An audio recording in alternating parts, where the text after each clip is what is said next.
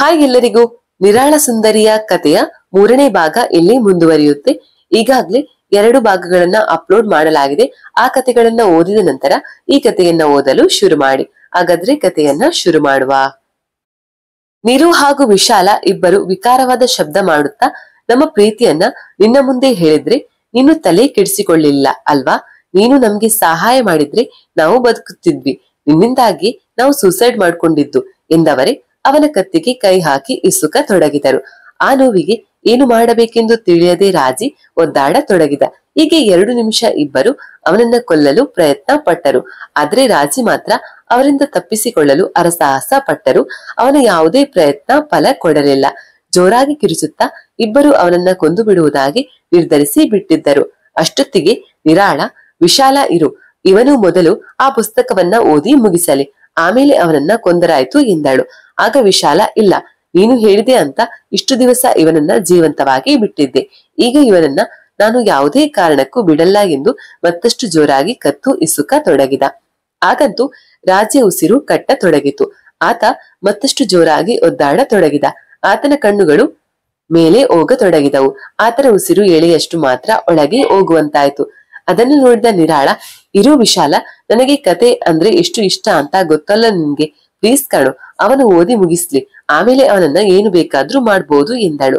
ಕೊನೆಗೆ ವಿಶಾಲ, ಆಯ್ತು ಓಕೆ, ಆದ್ರೆ ಇವನ ಸಮಾಧಿ ಇವತ್ತೇ ಆಗಬೇಕು ಎನ್ನುತ್ತಾ ಅವನ ಕುತ್ತಿಗೆಯಿಂದ ತನ್ನ ಕೈಯನ್ನ ಸಡಿಲಿಸಿದ. ಅವನಿಂದ ಬಿಡಿಸಿಕೊಂಡ ರಾಜಿಗೆ ಜೀವವೇ ಹೋಗಿ ಬಂದಂತಾಗಿತ್ತು. ಒಮ್ಮೆಲೆ ಕೆಳಗೆ ಕುಳಿತುಕೊಂಡ ರಾಜಿ ಚೂರು ಹೊತ್ತು ವಿಶ್ರಾಂತಿ ತೆಗೆದುಕೊಂಡ. ನಂತರ ನಿಧಾನವಾಗಿ ಮೇಲೆ ನೋಡಿದ. ನಿರು ಹಾಗೂ ಆದಿ ಇಬ್ಬರು ನಿಂತುಕೊಂಡು ಇವನನ್ನೇ ನೋಡುತ್ತಿದ್ದರು. ಗಾಳಿಗವರ ಕೂದಲು ಹಾರಾಡುತ್ತಿದ್ದವು.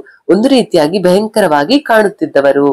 ಆಗ ರಾಜಿ ಮನಸ್ಸನ್ನಲ್ಲಿ ಅಂದುಕೊಂಡ, ಅನುಭವ ಆಗದೆ ಇದ್ದವರು ದೆವ್ವ ಇಲ್ಲ ಎನ್ನುತ್ತಾರೆ, ಆದ್ರೆ ಅನುಭವ ಆದವರಿಗೆ ಗೊತ್ತು ಎನ್ನುತ್ತಾ ತನ್ನ ಹಣೆಯ ಮೇಲಿನ ಬೆವರನ್ನ ಒರೆಸಿಕೊಂಡ. ಆಗ ನಿರಾಳ, ಏ ರಾಜಿ, ಎದ್ದು ಬಂದು ಮೊದಲು ಆ ಕತೆ ಪೂರ್ತಿಯಾಗಿ ಓದಿ ಮುಗ್ಸು, ಅದನ್ನ ಒತ್ತಿದ್ಯಾ ಅಂತಾನೆ ನೀನು ಉಳ್ಕೊಂಡಿದ್ಯಾ, ಬಾ ಓದು ಎಂದವಳೆ ಅವನ ಶರ್ಟ್ ಕಾಲರ್ ಕೈ ಹಾಕಿ ಎತ್ತೆಸೆದಳು. ಅವಳು ಎಸೆದ ರಭಸಕ್ಕೆ ರಾಜಿ ಹೋಗಿ ಗೋಡೆಗೆ ಹಾಯ್ದು ಕೆಳಗೆ ಬಿದ್ದು ಅಮ್ಮ ಎಂದು ಕೂಗುತ್ತಾ ಮೇಲೆ ಎದ್ದು ಟೇಬಲ್ ಮೇಲೆ ಇರುವ ಪುಸ್ತಕವನ್ನ ತೆಗೆದುಕೊಂಡು ಓಪನ್ ಮಾಡಿ ಚೇರ್ ಮೇಲೆ ಕುಳಿತುಕೊಂಡ. ಆಗ ನಿರಾಳ ಹಾಗೂ ವಿಶಾಲ ಇಬ್ಬರು ಮಂಚದ ಮೇಲೆ ಕುಳಿತುಕೊಂಡರು. ಆಗ ಗಾಳಿ ಮತ್ತಷ್ಟು ಜೋರಾಗಿ ಬೀಸತೊಡಗಿತು. ಓದುಗರೆ, ನೀವು ಜಸ್ಟ್ ಒಂದು ಇಮ್ಯಾಜಿನ್ ಮಾಡ್ಕೊಳ್ಳಿ, ನೀವು ಒಂದು ಪುಸ್ತಕ ಓದ್ತಾ ಇದ್ದೀರಾ ಅನ್ಕೊಳ್ಳಿ, ಅದು ಒಬ್ಬರೇ ಒಂಟಿಯಾಗಿ. ಆಗ ಜೋರಾಗಿ ಗಾಳಿ ಬೀಸ್ತಾ ಇದೆ ಅನ್ಕೊಳ್ಳಿ. ಆಗ ನಿಮ್ಮ ಎದುರಿಗೆ 2 ದೆವ್ವಗಳು ಕೂತ್ಕೊಂಡು ಕತೆ ಕೇಳ್ತಾ ಇವೆ ಅಂತ ಅನ್ಕೊಳ್ಳಿ. ಅವಾಗ ನಿಮ್ಮ ಬಾಯಿಂದ ಮಾತು ಬರೋಕೆ ಸಾಧ್ಯನಾ? ಇಲ್ಲ ಅಲ್ವಾ? ಇಲ್ಲೂನು ಅಷ್ಟೇ. ರಾಜಿ ಬಾಯಿಂದ ಒಂದೇ ಒಂದು ಮಾತು ಕೂಡ ಹೊರಗೆ ಬರಲಿಲ್ಲ. ಅವನು ಪುಸ್ತಕ ತೆರೆದಿಟ್ಟುಕೊಂಡು ಬರೀ ನೋಡುತ್ತಾ ಕುಳಿತುಕೊಂಡನಷ್ಟೇ. ಆಗ ನೀರು ಜೋರಾಗಿ ನಗುತ್ತಾ, ಓದು, ಅವತ್ತೇನು ದೊಡ್ಡದಾಗಿ ನಿಮ್ಮಜ್ಜಿಲೇ ಅಂತೆಲ್ಲ ಬೈದಿ ನನಗೆ ಚೆನ್ನಾಗಿ, ಇವಾಗೇನು ಹೇಳಿತರ ಕೂತ್ಕೊಂಡ್ ಬಿಟ್ಟೆ, ಕಣ್ಣು ಬಿಟ್ಟ ಹಾಗೆ ನೋಡ್ತಾ ಇದ್ಯಾ, ಅವಾಗಿದ್ದ ಧೈರ್ಯ ಇವತ್ತು ಹೊರಟೋಯ್ತಾ ಎಂದು ಕೇಳಿದಳು. ಅದಕ್ಕುತ್ತರ ಕೊಡದೆ ರಾಜಿ ಸುಮ್ಮನೆ ಉಗುಳು ನುಂಗಿದನಷ್ಟೇ. ಆತ ಮನಸ್ಸಲ್ಲಿ ತುಂಬಾ ಹೆದರಿಕೊಂಡಿದ್ದ. ಆತನು ಎದುರಿಗಿರುವ ಪುಸ್ತಕ ಮಾತ್ರವೇ ಕಾಣುತ್ತಿತ್ತೇ ಹೊರತು ಅದರೊಳಗಿರುವ ಯಾವ ಅಕ್ಷರವೂ ಸ್ಪಷ್ಟವಾಗಿ ಕಾಣುತ್ತಿರಲಿಲ್ಲ. ಎದೆ ನಡುಗುತ್ತಿತ್ತು. ಆತ ಸುಮ್ಮನೆ ಉಸಿರನ್ನ ಒಳಗೆ ಎಳೆದುಕೊಂಡು ಅಮ್ಮ ಎಂದ. ರಾಜಿ ಅಮ್ಮ ಎಂದಿದ್ದಷ್ಟೇ ತಡ. ಇತ್ತ ಗಾಳಿಗೆ ಅಮ್ಮನವರ ದೇವಸ್ಥಾನದ ಗಂಟೆ ಜೋರಾಗಿ ಒಡೆಯಿತು. ಕೂಡಲೇ ಒಳಗೆ ಮಲಗಿಕೊಂಡಿದ್ದಂತಹ ಗುರುಗಳು ಒಮ್ಮೆಗೆ ಕಣ್ಣು ತೆರೆದು ಎದ್ದು ಕುಳಿತುಕೊಂಡರು. ನಂತರ ಹೊರಗೆ ಬಂದು ಅಮ್ಮನವರ ದೇವಸ್ಥಾನದ ಕಡೆಗೆ ಹೆಜ್ಜೆ ಹಾಕಿದರು. ಜೊತೆಗೆ ಅವರ ಶಿಷ್ಯರು ಅವರ ಹಿಂದೆಯೇ ಹೊರಟರು. ದೇವಸ್ಥಾನಕ್ಕೆ ಗುರುಗಳು ಹೋಗುತ್ತಿದ್ದಂತೆಯೇ ಒಮ್ಮೆ ಜೋರಾಗಿ ಗಾಳಿ ಬೀಸಿತು. ಆಗ ಗುರುಗಳು ಕಣ್ಣು ಮುಚ್ಚಿಕೊಂಡು ಅದ್ಯಾವುದೋ ಮಂತ್ರವನ್ನ ಜಪಿಸಿದರು. ನಂತರ ಅಮ್ಮನವರಿಗೆ ಕೈ ಮುಗಿದು ಗುರುಗಳು ಅವನನ್ನ ಹೇಗಾದ್ರೂ ಮಾಡಿ ಕಾಪಾಡು ತಾಯಿ ಎಂದು ಕೈ ಮುಗಿದು ನಿಂತುಕೊಂಡರು. ಇತ್ತ ಆದಿ, ಓದು ಎಂದು ಜೋರು ಧ್ವನಿಯಿಂದ ಹೇಳುತ್ತಿದ್ದ. ಆದರೆ ರಾಜಿಗೆ ಅದಾವುದರ ಅರಿವು ಇರಲಿಲ್ಲ. ಸುಮ್ಮನೆ ಪುಸ್ತಕ ನೋಡುತ್ತಾ ಕುಳಿತುಕೊಂಡಿದ್ದ. ಆದಿ ಮುಂದುವರೆದು, ಈಗೆಲ್ಲ ಹೇಳಿದ್ರೆ ಕೇಳಲ್ಲ ಅಲ್ವಾ ನೀನು ಎನ್ನುತ್ತಾ ರಾಜಿಯನ್ನ ಎತ್ತಿ ಬಾಗಿಲಿಗೆ ಎಸೆದ. ಬಾಗಿಲಿಗೆ ಗಾಳಿಯಲ್ಲಿ ಬಂದು ಜೋರಾಗಿ ಗುದ್ದಿದ ರಾಜಿ ಕೆಳಗೆ ಬಿದ್ದು ಅಮ್ಮ ನರಳತೊಡಗಿದ. ಪಕ್ಕದಲ್ಲಿದ್ದ ಕಬೋರ್ಡ್ನಿಂದ ರಾಜಿಯ ಬಟ್ಟೆ ಎಲ್ಲವೂ ಕೆಳಗೆ ಬಿದ್ದವು. ಆಗ ಅಮ್ಮ ಕೊಟ್ಟಿದ್ದ ಆ ತಾಯತ ಕೂಡ ಅಲ್ಲಿಂದಲೇ ರಾಜಿಯ ಕೈ ಮೇಲೆ ಬಿದ್ದಿತ್ತು. ಅದನ್ನು ರಾಜಿ ಗಟ್ಟಿಯಾಗಿ ಹಿಡಿದುಕೊಂಡ. ಅಷ್ಟೊತ್ತಿಗೆ ಬಾಗಿಲು ತೆಗೆದವನೇ ರಾಹಿಂ ಚಾಚಾ ಒಳಗೆ ಬಂದ. ಅವನನ್ನು ನೋಡಿ ಮಂಚದ ಮೇಲೆ ಕುಳಿತುಕೊಂಡಿದ್ದ ನೀರು ಎದ್ದು ರಹೀಂ ಚಾಚನ ಹತ್ತಿರ ಬರತೊಡಗಿದಳು. ಆಗ ರಾಜಿ, ಚಾಚಾ, ಆದಿ, ಇರು ಇಬ್ಬರ ಮೈಯಲ್ಲೂ 2 ದೆವ್ವ ಇದೆ ಎಂದ ಭಯದಲ್ಲಿ. ಕೂಡಲೇ ರಹೀಂ ಚಾಚಾ ತಡ ಮಾಡದೆ ತಾನು ಹಿಡಿದುಕೊಂಡು ಬಂದಿದ್ದ ಅದ್ಯಾವುದೋ ಒಂದು ಚೀಲಕ್ಕೆ ಕೈ ಹಾಕಿ ಅದರಲ್ಲಿರುವ ಬೂದಿಯನ್ನ ಎರಚಿದ. ಆಗ ಅವರಿಬ್ಬರು ಜೋರಾಗಿ ಕೂಗುತ್ತಾ ಕಣ್ಮುಚ್ಚಿಕೊಳ್ಳುತ್ತಾ ಒಂದು ಮೂಲೆಯಲ್ಲಿ ಹೋಗಿಬಿಟ್ಟರು. ಕೂಡಲೇ ರಹೀಂ ಚಾಚಾ ಚೀಲದಲ್ಲಿದ್ದ 2 ಬೊಟ್ಟಲಗಳನ್ನ 2 ನಾಣ್ಯಗಳನ್ನ ತೆಗೆದುಕೊಂಡು ಇಬ್ಬರ ಹಣೆಯ ಮೇಲೆ ಒತ್ತಿ ಅಲ್ಲಾ ಇಲ್ಲ ಅಲ್ಲಾ ಅಲ್ಲಾ ಎಂದು ಹೇಳತೊಡಗಿದ. ಆಗ ಅವರಿಬ್ಬರು ನೋವಿನಿಂದ ಚೀರತೊಡಗಿದರು. ನಂತರ ನೋಡುತ್ತಿದ್ದಂತೆ ಆ 2 ನಾಣ್ಯಗಳಲ್ಲಿ ಅದ್ಯಾವುದೋ ಒಂದು ಬೆಳಕು ಪ್ರವೇಶವಾದಂತಾಯಿತು. ಮರುಕ್ಷಣವೇ ಆದಿ ಹಾಗೂ ನೀರು ಇಬ್ಬರು ಪ್ರಜ್ಞೆ ತಪ್ಪಿ ಬಿದ್ದು ಬಿಟ್ಟರು. ಕೂಡಲೇ ರಾಜಿ ಹೋಗಿ ಕೆಳಗಿದ್ದ ಇಬ್ಬರನ್ನ ಎಬ್ಬಿಸಲು ಪ್ರಯತ್ನಿಸಿದ. ಆದರೆ ಅವನೊಬ್ಬನಿಂದಲೇ ಆಗಲಿಲ್ಲ. ಆಗ ರಹೀಂ ಚಾಚನ ಸಹಾಯದಿಂದ ಇಬ್ಬರನ್ನ ಎತ್ತಿ ಮಂಚದ ಮೇಲೆ ಮಲಗಿಸಿದ. ತಾನು ಗಟ್ಟಿಯಾಗಿ ಹಿಡಿದುಕೊಂಡಿದ್ದ ಆ ತಾಯತವನ್ನ ಜೇಬಿನಲ್ಲಿಟ್ಟುಕೊಂಡ. ನಂತರ ಅಡುಗೆ ಮನೆಗೆ ಹೋಗಿ ನೀರು ತೆಗೆದುಕೊಂಡು ಬಂದು ಅವರ ಮೇಲೆ ಚಿಮುಕಿಸಿದ. ಆಗ ಇಬ್ಬರು ಎದ್ದು ಕುಳಿತುಕೊಂಡರು.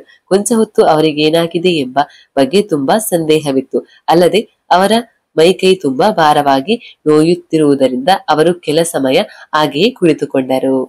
ಆಗ ನಿರುತ್ತರ, ನನಗೆ ತುಂಬಾ ಮೈಕೈ ನೋಯ್ತಿದೆ ರಾಜಿ, ಏನಾಗಿದೆ ನನಗೆ, ಇವರ್ಯಾರು ಎಂದು ರಹೀಂ ಚಾಚನನ್ನ ನೋಡಿದಳು.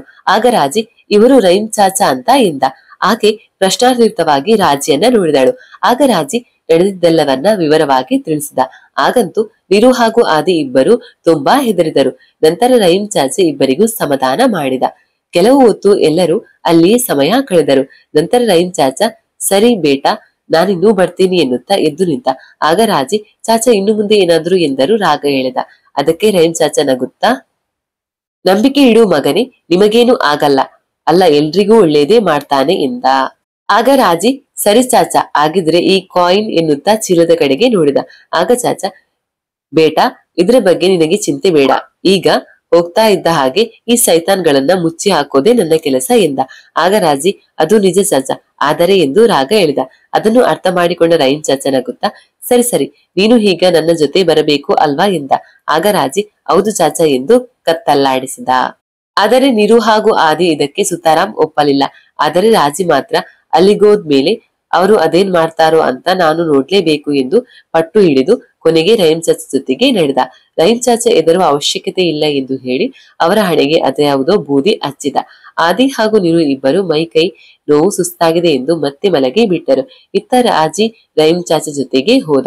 ಅವರು ಬೈಕ್ ಮೇಲೆ ಕುಳಿತು ಈ ಮೊದಲು ರಾಜಿ ಹಾಗೂ ಆದಿ ಹೋಗಿದ್ದಂತಹ ಮಸೀದಿಗೆ ಹೋದರು. ಆಗ ರಾಜಿ, ಚಾಚಾ, ಈ ಮಸೀದಿಲಿ ನೀವು ಇರೋದಾ ಎಂದು ಕೇಳಿದ. ಅದಕ್ಕೆ ಅವರು ನಗುತ್ತಾ, ಬೇಟಾ, ಇದು ಮಸೀದಿ ಅಲ್ಲ, ಇದು ದರ್ಗಾ ಎಂದರು. ಆಗ ರಾಜಿ, ಹೌದಾ ಚಾಚಾ, ದರ್ಗಾ ಅಂದ್ರೆ ಏನು ಎಂದು ಕೇಳಿದ ಕುತೂಹಲದಿಂದ. ಅದಕ್ಕೆ ಚಾಚಾ, ದರ್ಗದಲ್ಲಿ ನಮ್ಮ ಧರ್ಮಗುರುಗಳ ಸಮಾಧಿ ಇರುತ್ತೆ.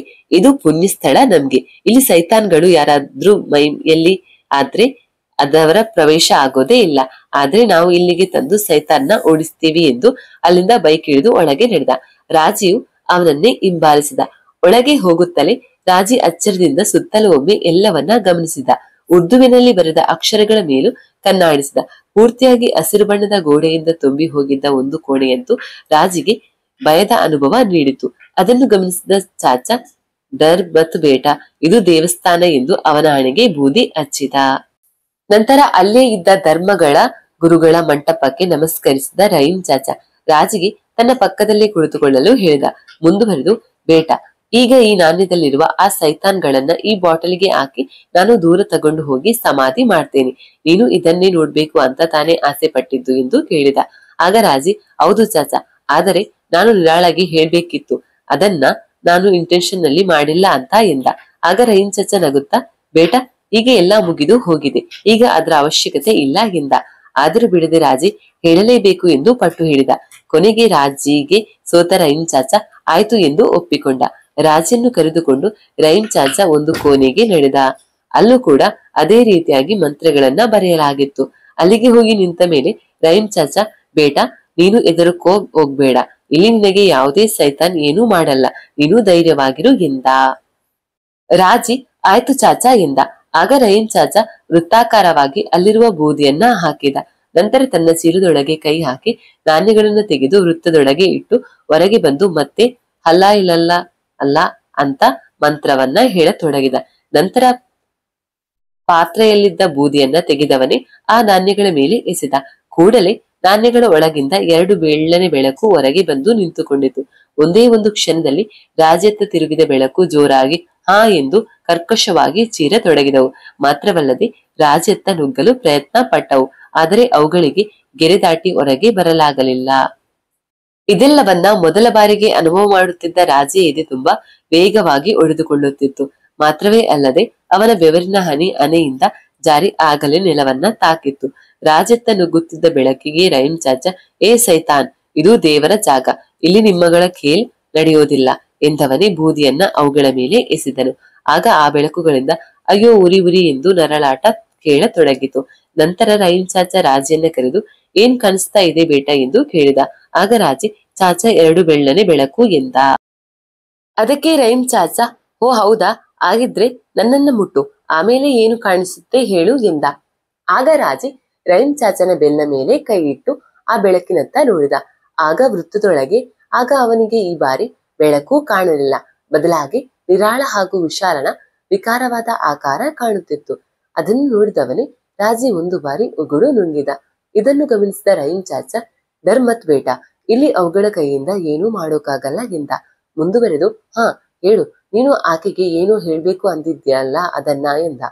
ಆಗ ರಾಜೆ ಎದುರುತ್ತಲೇ ಚೀರಾಡುತ್ತಿದ್ದ ಆ ಇಬ್ಬರ ಕಡೆಗೆ ಮುಖ ಮಾಡಿ, ಚಿನ್ನು, ಅದು ಅವತ್ತು ನಾನು ನಿಮ್ಮ ಮಾಮ ಮದುವೆ ಬಗ್ಗೆ ನಿಮ್ಮ ಮನೆಯಲ್ಲಿ ಮಾತಾಡ್ಬೇಕು ಅಂತಾನೆ ಇದ್ದೆ. ಆದ್ರೆ ನೀನು ತಿರುಗಿ ನನ್ನ ಮಾತಾಡ್ಸೋಕೆ ಬರಲೇ ಇಲ್ಲ ಎಂದ.